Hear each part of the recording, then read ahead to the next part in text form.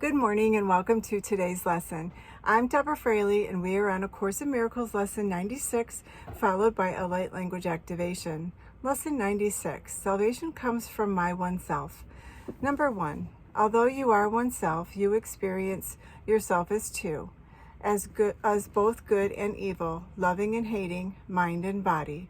This sense of being split into opposites induces feelings of acute and constant conflict and leads to frantic attempts to reconcile the contradictory aspects of this self-perception. You have sought many such solutions and none of them has worked. The opposites you see in you will never be compatible, but one exists. Number 2, the fact that truth and illusion cannot be reconciled no matter how you try, what means you use, and where you see the problem must be accepted if you would be saved.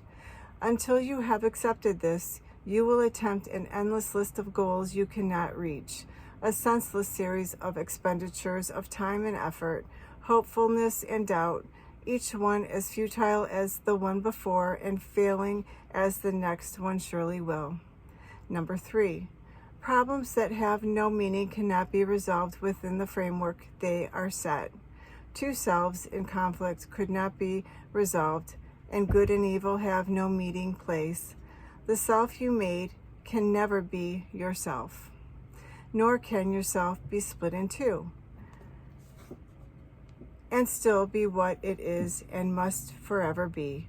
A mind and a body cannot both exist. Make no attempt to reconcile the two, for one denies the other can be real. If you are physical, your mind is gone from your self-concept, for it has no place in which it could be really part of you. If you are spirit, then the body must be meaningless to your reality. Number 4, spirit makes use of mind as means to find its self-expression, and the mind which serves the spirit is at peace and filled with joy. Its power comes from spirit, and it is fulfilling happily its function here. Yet mind can also see itself divorced from spirit and perceive itself within a body. It confuses with itself. Without its function, then it has no peace, and happiness is alien to its thoughts. Number 5, yet mind apart from spirit cannot think. It has denied its source of strength and sees itself as helpless, limited and weak, disassociated from its function now. It thinks it is alone and separate, attacked by armies massed against itself and hiding in the body's frail support. Now must it reconcile unlike with, I'm going to repeat that.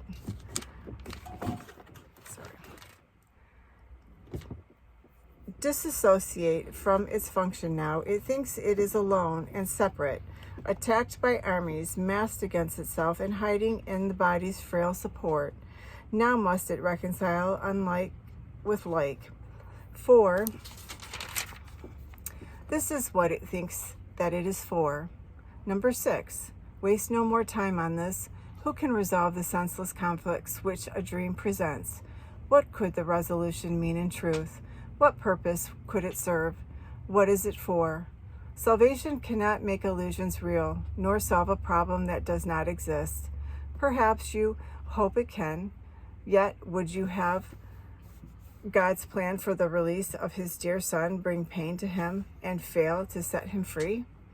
Number 7, your self retains its thoughts, and they remain within your mind and in the mind of God. The Holy Spirit holds salvation in your mind and offers it the way to peace. Salvation is a thought you share with God because his voice accepted it for you and answered in your name that it was done.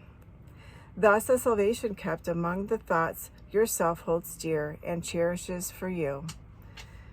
Number 8, we will attempt today to find this thought, whose presence in your mind is guaranteed by him who speaks to you from your one self. Our hourly 5-minute practicing will be a search for him within your mind. Salvation comes from this one self, through him who is the bridge between your mind and it. Wait patiently and let him speak to you about yourself and what your mind can do, restored to it and free to serve its will. Number 9. Begin with saying this: salvation comes from my one self. Its thoughts are mine to use. Then seek its thoughts and claim them as your own.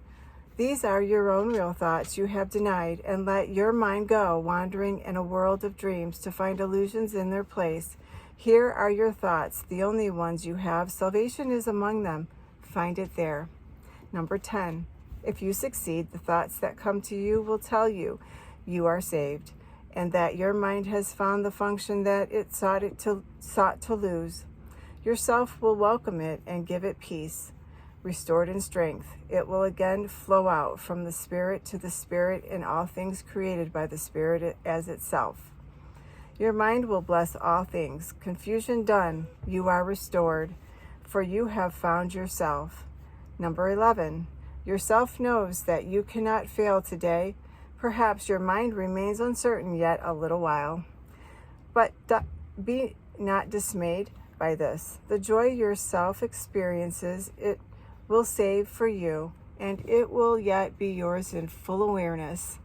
Every time you spend 5 minutes of the hour seeking him who joins your mind and self, you offer him another treasure to be kept for you. Number 12. Each time today you tell your frantic mind salvation comes from your one self, you lay another treasure in your growing store, and all of it is given everyone who asks for it and will accept the gift. Think then how much is given unto you to give this day, that it be given you. That was lesson 96. Salvation comes from my one self. I'm now going to channel the light language activation for today's lesson.